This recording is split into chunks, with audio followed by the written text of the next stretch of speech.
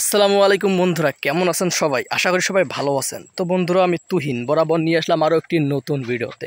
তো বন্ধুরা, এখন বিকালবেলা খুব সুন্দর একটি পরিবেশ, রোদ নেই আর একটু ঠান্ডা ঠান্ডা ভাব, অনেক সুন্দর লাগতেছে আবহাওয়াটা।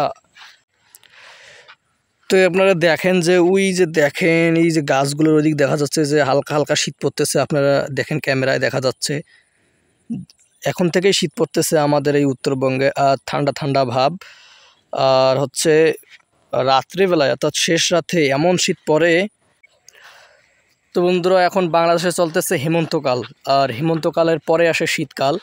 তো আপনারা জানেন যে উত্তরবঙ্গে একটু তাড়াতাড়ি শীত চলে আসে, কারণ আমাদের উত্তরবঙ্গ হিমালয়ের একদম কাছে অবস্থিত। তাই আমাদের উত্তরবঙ্গে এখন থেকেই শীত অনুভূত হচ্ছে, এখন থেকেই কুয়াশা পড়তেছে। রাতের বেলায় আরও বেশি ঠান্ডা লাগে, কুয়াশা পড়ে। তো জানি না দক্ষিণবঙ্গে কেমন অবস্থা। কেউ যদি দক্ষিণবঙ্গ থেকে এই ভিডিওটি দেখে থাকেন তাহলে বলবেন যে আপনাদের ওই দিক কেমন অবস্থা, ওই দিক শীত পড়ে না না পড়ে। তো আমাদের এদিক কিন্তু শীত পড়তেছে এখন থেকেই, ঠান্ডা না আসাও। তো দেখেন, দেখেন সূর্য দেখেন একদম আলো নিভে গেছে। কিন্তু এখন যদি গরমের সময় হতো আর কি, গ্রীষ্মকাল হতো, তাহলে সূর্য এখনও আমাদের ঠিক মাথার উপর থাকতো, ওই জায়গায় না থেকে এই জায়গায় থাকতো সূর্যটা। তখন এই সময়ে প্রচণ্ড রোদ থাকতো। কিন্তু যেহেতু এখন শীতকাল চলে আসতেছে, এখন দেখেন সূর্য কোনো আলো নেই, সূর্য একদম নিভে নিভে গেছে এমন মনে হচ্ছে। আর দেখতে অপরূপ সুন্দর লাগতেছে, চারপাশটা শীত পড়তেছে। দেখেন, সবুজ শ্যামল বাংলার প্রকৃতি। বাংলাদেশের প্রকৃতি এমনই, এখানে সবুজ, এখানেই আবার মরুভূমির মতন, এখানেই আবার মনে করো সোনালি রঙের। এই তো দেখতে পাচ্ছেন যে আমাদের এই উত্তরবঙ্গে এখন থেকেই শীত পড়তেছে, ঠান্ডা ঠান্ডা আমেজ। তো পুরো দেশের মধ্যে আমাদের উত্তরবঙ্গে সবথেকে বেশি শীত পড়ে। ঠান্ডার সময় তো বলাই যায় না, ঠান্ডার সময় আমাদের এই উত্তরবঙ্গের তাপমাত্রা সব থেকে কম থাকে বাংলাদেশের মধ্যে। তো যাই হোক, অনেক সুন্দর একটা জায়গায় চলে এসেছি। চলুন আপনাদের কিছু এই জায়গাটা একটু দেখাই আপনাদের।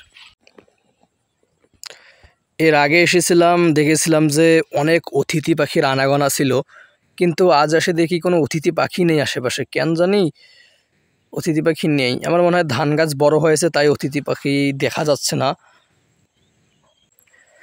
যখন এখানে ধান বের হবে, ধানগুলো যখন পাকবে, তখন মনে হবে যেন সবুজ শ্যামল থেকে একদম সোনালি হয়ে গেছে, অর্থাৎ সোনার মতন রং হয়ে যাবে, সোনালি রং হয়ে যাবে।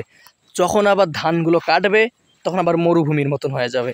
আবার যখন ভুঁই চাষ দেবে, চাষ দিয়ে আবার চারা রোপণ করবে, তখন আবার সবুজ হয়ে যাবে, যেমন এখন আছে সবুজ।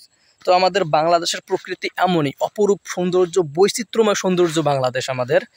তো নিজের দেশের প্রশংসা যতই করব ততই কম হবে, কারণ আমার জন্মভূমি অনেক সুন্দর, কল্পনার থেকেও বেশি সুন্দর। শীতকাল আসলেও আমাদের এই উত্তরবঙ্গ থেকে বৃষ্টি যেন যেতেই চাচ্ছে না। হ্যাঁ, এই 2-3 দিন আগেও প্রচুর বৃষ্টি হলো, 2-3 দিন টানা, প্রায় 4-5 দিন ধরে বৃষ্টি হয়ে গেল আমাদের এই দিক। অনেক আরও বৃষ্টির জন্য বাড়ি থেকে বের হওয়া যায়নি। তো সেই বৃষ্টির কারণে এখনও জমিতে প্রচুর পানি হয়ে আছে। মানে অন্যান্য সময় এই সময়ে জমিতে পানি খুব কম থাকে, কিন্তু এই কয়েকদিনের টানা বৃষ্টিতে আবারও জমিতে পানি বেড়ে গেছে। তো আমি আপনাদের একটু দেখাই। এই যে দেখেন, দেখেন পানি বের হয়ে যাচ্ছে, মানে অতিরিক্ত পানি হওয়ার কারণে দেখেন পানি বের হয়ে যাচ্ছে। আর এইগুলোতে আর কি জমিগুলোতে প্রচুর মাছও আছে। দেখেন পানি, দেখেন দেখেন বের হয়ে যাচ্ছে অতিরিক্ত পানিগুলো।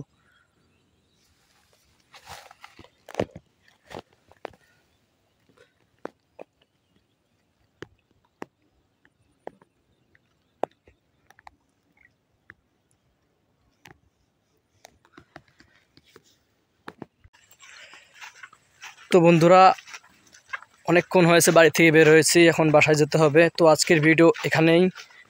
তো ভিডিওটি ভালো লাগলে অবশ্যই শেয়ার করবেন আপনার বন্ধুদের সাথে, ভিডিওটি লাইক কমেন্ট করবেন। তো দেখা হচ্ছে পরে কোনো ভিডিওতে, আজকের জন্য এখানেই।